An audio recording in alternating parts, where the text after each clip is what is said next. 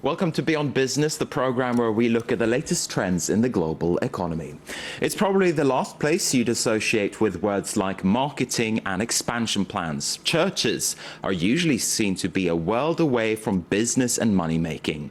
But in Brazil, religion appears to have become a marketplace, and competition between churches and temples is fierce.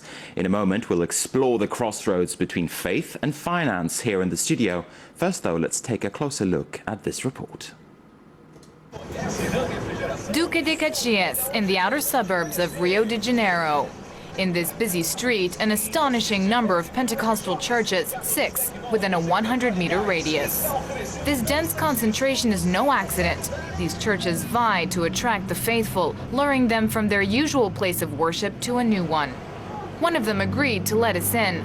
The Church of the Assemblies of God of the Family set up its altar in a former warehouse. It's led by Pastor Edinaldo Silva. The church has been here for 3 years. Pastor Silva is in charge of its regional development.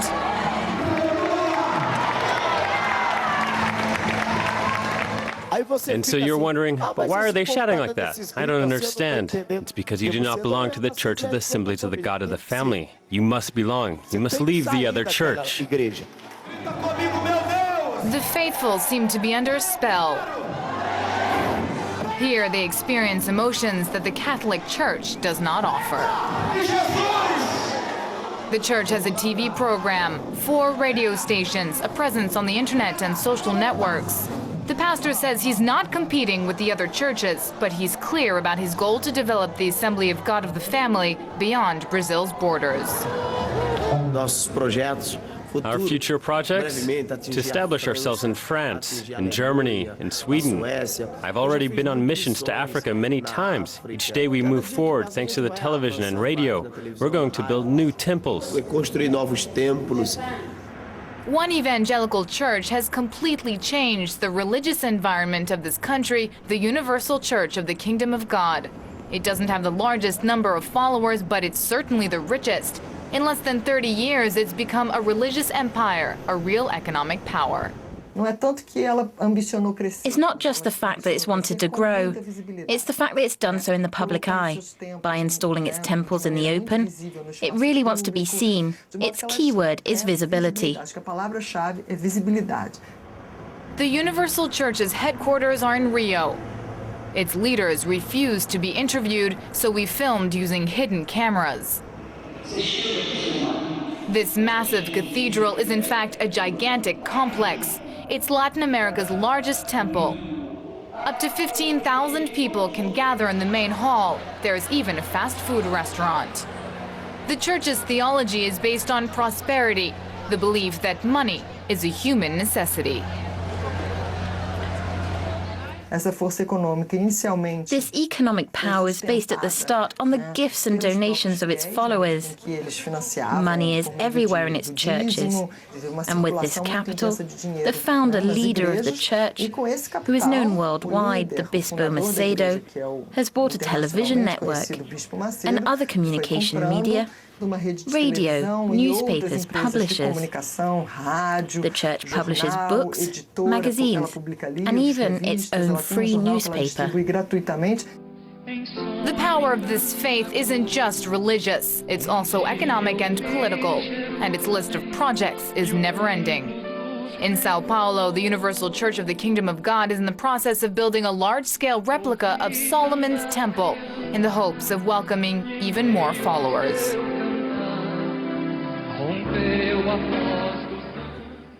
Okay, for more now, we can turn to Eliott Mourier from the Institute of Latin America Studies here in Paris. He's currently doing research on different churches throughout Brazil. Thanks very much indeed for speaking to us today. Would you agree that there is this sense of growing competition or competition between different faiths and denominations in Brazil? Well, there is a religious competition in Brazil because there is no longer a religious monopoly that the Catholic Church held for more than 400 years. The Catholic Church, which is still the first Catholic, Brazil is still the first Catholic country in the world, has lost a lot of members in the last 30 years, which allowed a lot of new religious actors to emerge, like those neo-Pentecostal churches that the report mentioned. But there certainly seems to be a money angle to this. As we heard there in the report, some churches, they have television networks, radio stations, and even a newspaper. They've basically established their own business empires.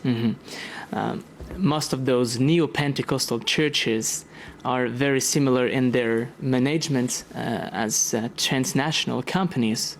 The Universal Church of the Kingdom of God is very typical of this way to work, and its expansion on a transnational level is amazing. They're now present in Africa, especially in Angola and Mozambique, which are Portuguese-speaking countries, but you also have it here in Paris.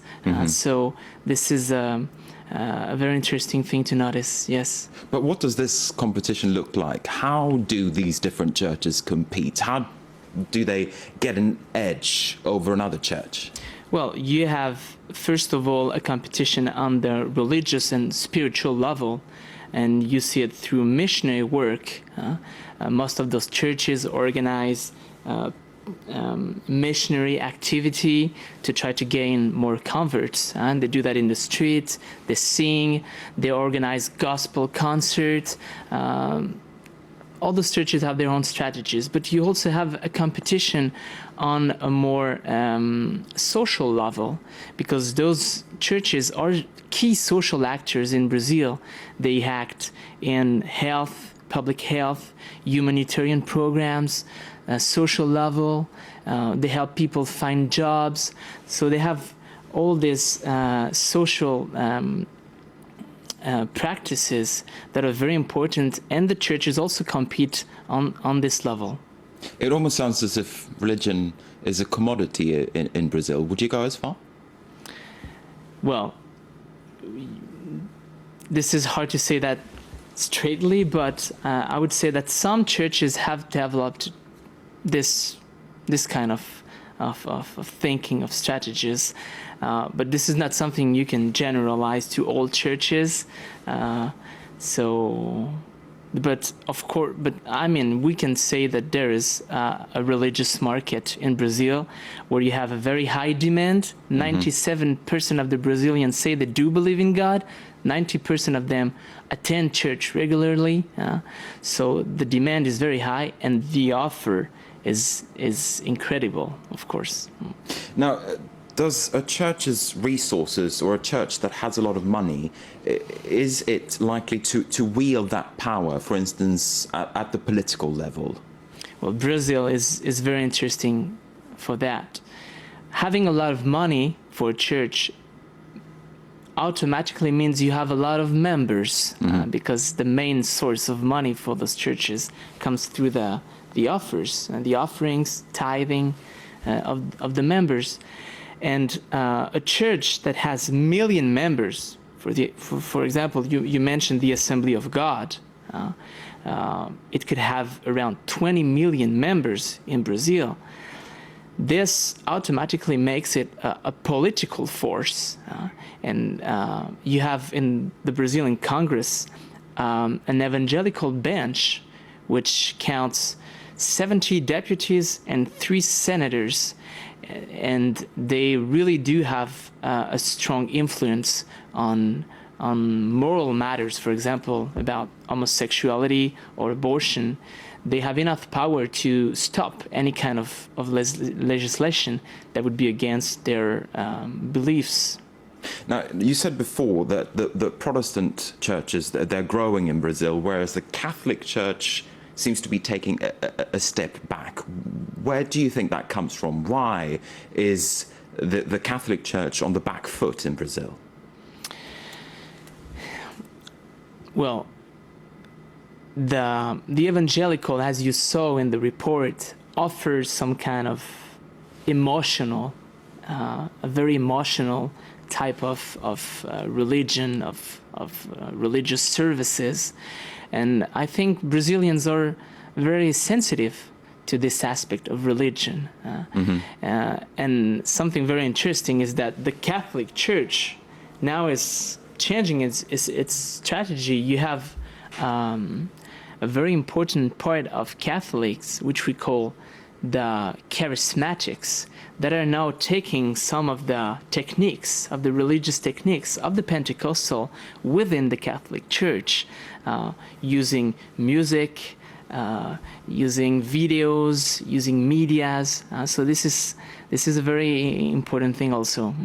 Briefly here towards the end, do you think that this is a kind of dynamic that will spread outside Brazilian borders, for instance, to other parts of Latin America and also to Africa and to Europe? Yeah, definitely. In Latin America, this is obvious. This is already happening. And those churches, as the pastor mentioned, are also trying to access the African religious market, for example, or in Europe also. Those churches are getting bigger in Africa, especially through social programs. They organize social programs which will then allow them to preach the gospel. All right, unfortunately, we're going to have to wrap it up there because we have run out of time. Eliott Mourier, thanks very much indeed for taking the time to speak to us today. Thank you. And with that, we're going to wrap up this program as well. Thanks for watching.